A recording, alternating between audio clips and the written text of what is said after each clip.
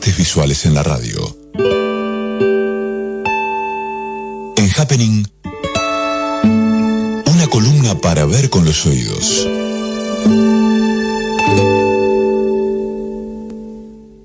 El lujazo que nos damos en Happening. Aquí está Guillermo Fantoni y hoy me parece que vamos de histórico.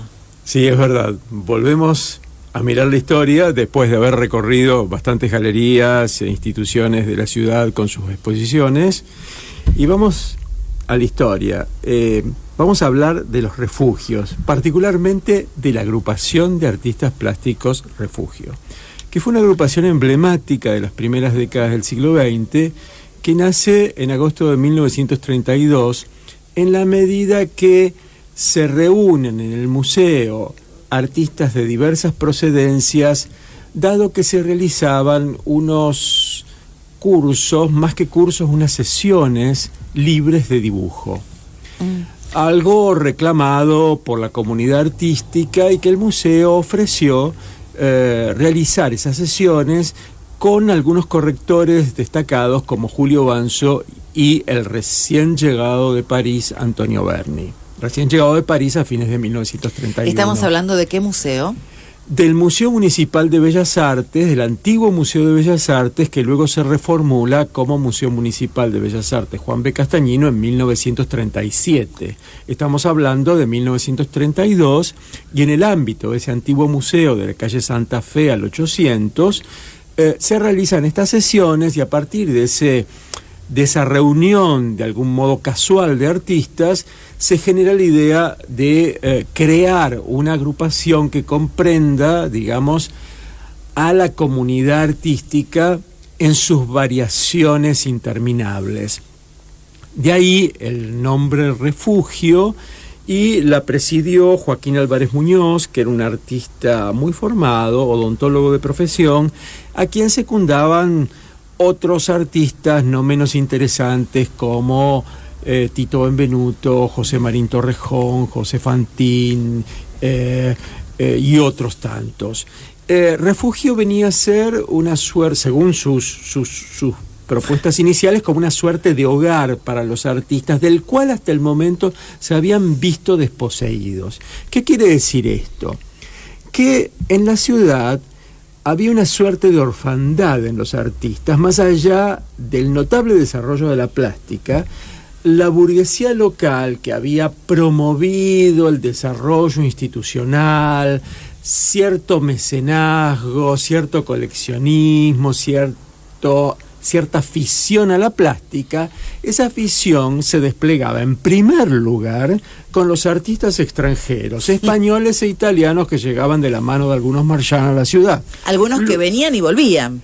Algunos iban y venían, otras eran, digamos, colecciones que llegaban para ser, digamos, vendidas en Whitcomb, la sucursal rosarina de la Casa Whitcomb, u otras, la Casa Castellani, que eran fotografías que además tenían salones de exposición.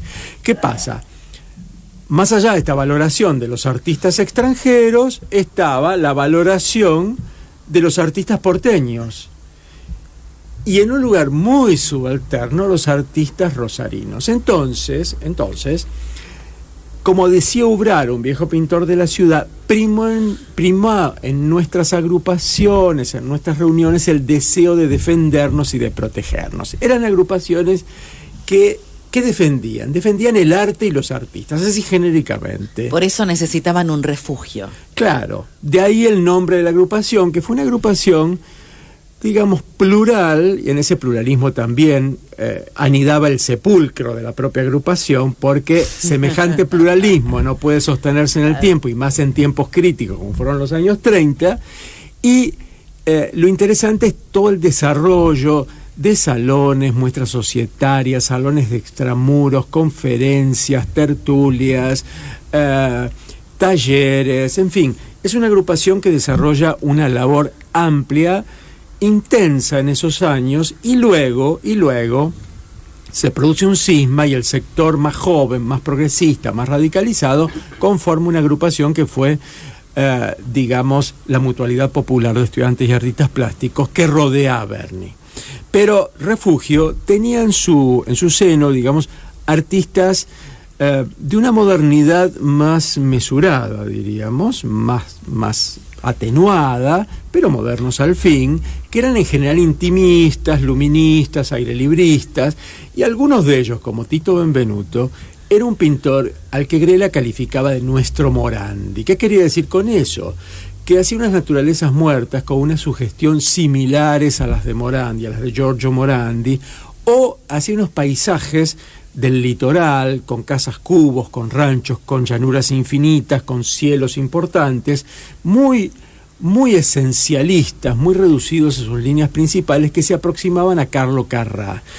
En realidad es un pintor altamente calificado que, como trabajaba de cobrador de distintas instituciones, merodeaba por las periferias urbanas durante la semana y pintaba los domingos.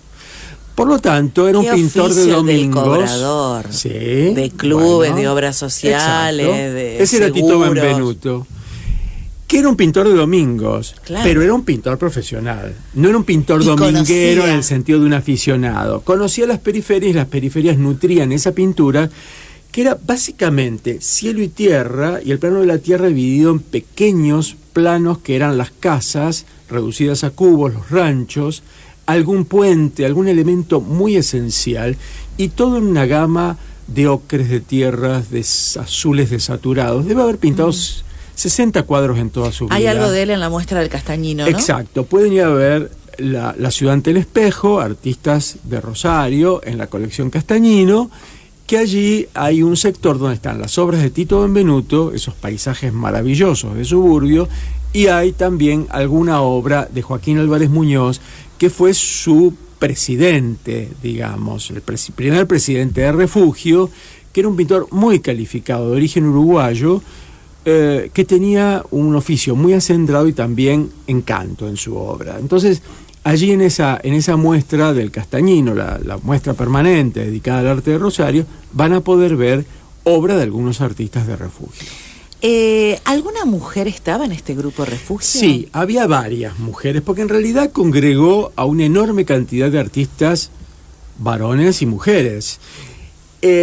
La Mutualidad también tuvo mujeres, es decir, eran agrupaciones cuya actividad giraba en torno a talleres, giraba en torno a muestras. Por ejemplo, el Refugio hizo salones de extramuros, los primeros salones barriales. En realidad, el Refugio no era una agrupación que se proponía una transformación de la sociedad, sino una democratización, digamos. Uno podría definirla desde ese punto de vista. Democratizaba el acceso al arte, no producía una transformación de la sociedad para que todos tuviesen las mismas posibilidades. En ese sentido, una agrupación más burguesa, pero digamos que se vinculaba con agrupaciones que tenían la solidaridad como con un denominador. Y las mujeres, por supuesto, estaban presentes en Refugio. Hizo un salón femenino que fue muy criticado, y en realidad después hubo otras agrupaciones más sesgadas, porque en realidad lo que defendían era una forma peculiar de arte, es decir, el arte moderno, donde las mujeres tuvieron una escasa o nula presencia. En cambio, hubo otras que giraban en torno a talleres, que había otro tipo de actividad más comprensiva, entonces las mujeres aparecían. En otras eran los portentos masculinos, que son los héroes del arte moderno. Hoy, arte moderno revisitado, revisado, y donde se ve la presencia de una enorme cantidad de mujeres en todos los ámbitos, digamos, que hace años era difícil de imaginar porque la historia no había revisado sus parámetros de análisis, no había perspectivas de género. Hoy por hoy se detecta la presencia de las mujeres en numerosísimas agrupaciones y por supuesto en Refugio. Después Refugio tuvo una larga vida en letargo, llegó hasta los años 50, 60, pero ya ligada a un nicho más tradicional. Bueno. Curiosamente de allí salieron muchos abstractos. Mira es un vos. hecho paradójico. Bien. Guillermo, como siempre, muchísimas gracias. Gracias a vos y un saludo para todos y todas. Guillermo Fantoni pasó por Happening. Sábado, ese día en el que todos descansan, menos vos. Hasta las 13 te acompañamos con Happening.